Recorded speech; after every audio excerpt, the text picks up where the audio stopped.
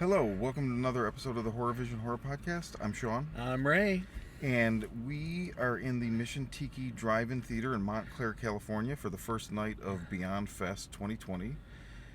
And we just saw Brandon Cronenberg's second film, Possessor. Ray, what'd you think? I thought it was great. I did too. Yeah, a lot of atmosphere.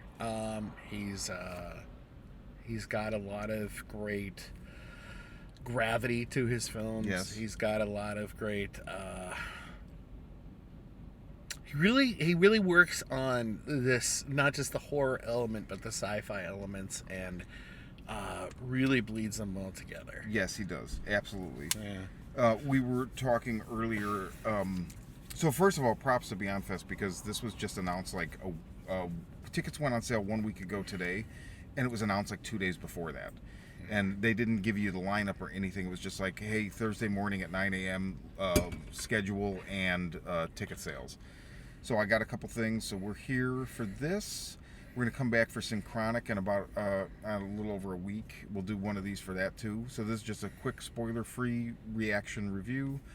We were talking earlier about the fact that Brandon Cronenberg is one of these guys, so first of all, obviously his father's David Cronenberg, and where there's this evolution with David Cronenberg's work where Dead Ringers is kind of the middle point that straddles both sides, and before Dead Ringers you have this body horror B movie. There's a little bit, and I say this with love and not as an insult anyway, like schlock or hokiness. Not hoky's the wrong word, but Schlock or a lot of it reminds me Yeah. of Carpenter.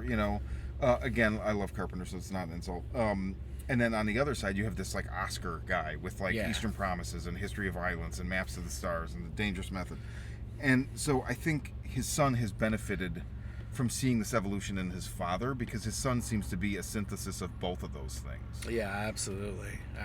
His son seems to have the ability to take stories that would have been very early in Cronenberg's career.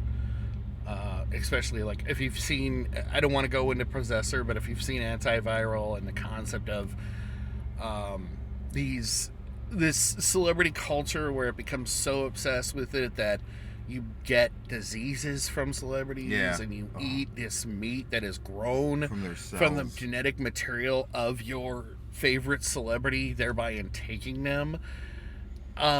It's the kind of thing that Cronenberg, the father, would have tackled, but he would have done it with a lot more gore, Yeah. and a lot more of like icky factor where you're just like, ugh. And there's an amazing subtlety and restraint that Brandon shows, and he infuses it with a lot more of emotional gravitas than his father does. Definitely. And that's interesting you say that now because I'm thinking before the Possessor started, they had a quick clip from him introducing the movie, and it's been 8 years since Antiviral came out, and he said it took him 8 years to make this movie. Wow. So, and I see that. I see a huge evolutionary leap. Like, Antiviral blows me away, right? Yeah. But I see a huge evolutionary leap as a filmmaker from that to this, where this is even less stratified. Like, I don't know. This Antiviral definitely reminds me of, like you said, a more subtle David Cronenberg movie. Yeah. And stuff he would tackle. This, I don't know what this is. I've never seen anything like this before. Everything That's about a good it. point. Was, I mean, because the thing really is that unique. he's even more. How should I put it? It's gonna sound bizarre because if you've seen Antiviral, you know how bizarre the statement is. But whereas Antiviral has much more of a structured, traditional Yeah, definitely. This did story structure, this doesn't. It doesn't at all. This is a lot more. He's still telling a story, but it's a lot more. It's a lot harder to pin down. Like this is the beginning, the middle, and the end, and this is the way it has to be told. Like no, this is the way I'm telling it, Yeah. and that's the way it's happening. And there's certainly moments that I'm going to be thinking about afterward where because I'm still thinking about them now. Where, I wonder. You wonder what's happening, and I don't want to give any more away than to say, like, you were wondering kind of exactly what's happening and how the scene's progressing and how things are going. And I think he's doing that on purpose. Yes, and I think definitely. he's doing that very well. There's certainly people where there is no plot, and you go, Jesus, what is this? Yeah. Like, it just doesn't make any sense. Whereas he's giving you clues, he's giving you hints, and he's creating a certain amount of confusion. But I think he's doing that on purpose, and I think he's doing it with a purpose. Too. And also it mirrors the state of mind or like the confused state the characters are in at some point. So it is kind of like you're down the rabbit hole with them. Very good way to put it. And I would like to say, so Andrea Riseborough, who most people know from Mandy, she's the lead, and then Jennifer Jason Leigh and Christopher Abbott. Just everybody in it does a great job. Those are kind of the three leads, and they just really knock it out of the park. And it's a very visceral movie. I feel like he another thing that reminds, and it's in Antiviral as well, and it relates back to his father, and it's this, like, the flesh is meat. There's a lot of moments in these movies where I'm like, I just feel like, oh yeah, that's right, we're basically just meat, and they remind you of it. Yeah, absolutely. And this is one of those movies where when it's violent, it's really fucking violent, but not in like a gun battle like Fast and the Furious way. It's like, it's a very intimate violence, and so it really resonates in a way that's like, oh my god. Yeah. I think of another movie that, like, is in popular culture that I think really surprised the shit out of people, and I remember seeing it and, like, them going, like, god damn, that movie's really violent.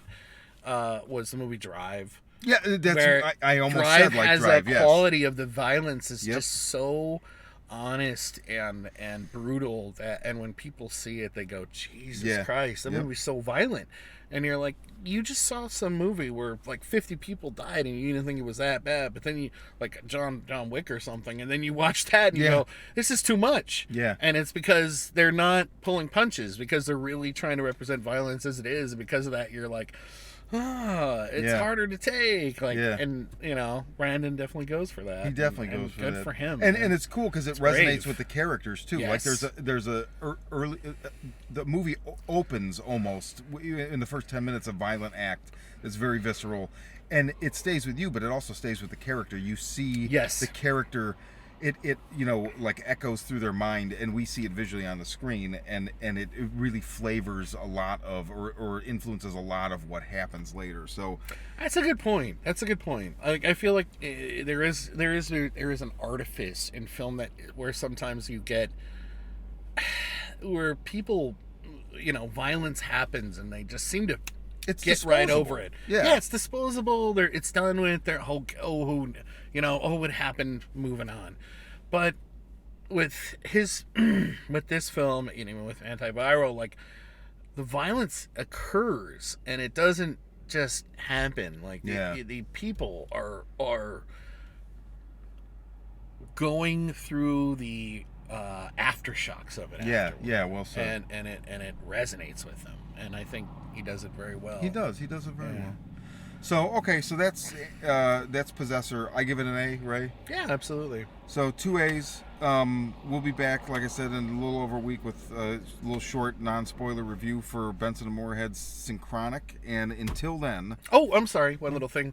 Just a little quick, shout out. If you want to check out Drive-In, I say come out to Mission Tiki. Yes. It's a really cool place. It's a lot of fun. We were able to bring in food and drinks with ourselves. All you need is have a good stereo in the car and you can listen, or bring a portable radio. There was a lot of people that were here and they were all having a good time, and nobody was an ass or anything, or headlights or anything like that. They're doing the cars in every other spot, so it's not, you're not on top of and you have to wear a mask when you go to the restroom or go to the snack bar. Well, but you should be doing that anyway. But you should be doing that anyway. But it was a good time, and like it was an opportunity to get out and do something. And and it's honestly been months. So when Shawn and I both were talking about days leading up to this, we were both like a couple of kids waiting for Christmas. Like, I can't wait. I can't wait to go out and see people again. So yeah, it was like a 50-mile drive, but really it wasn't that bad. And if you're, coming from South Bay, LA. So yeah, I agree. Mission Tiki, or is it Mission? Yeah, Mission Tiki. Mission right? Tiki. Yeah, really cool. 4 screens, big place, and 5 screens. 5 screens. 1, 2, 3, 4, Damn. 5. Yeah. All right. And one of them apparently plays Tenet nonstop. Just so you know, that's Christopher Nolan's personal screen. He's just sitting on top of his Buick watching it. So hi Chris. He doesn't want to talk to anybody. So anyway, yeah, Mission Tiki, Beyondfest. Thank you. And I'm Shawn. I'm Ray. And we're driving back to LA now. Yep.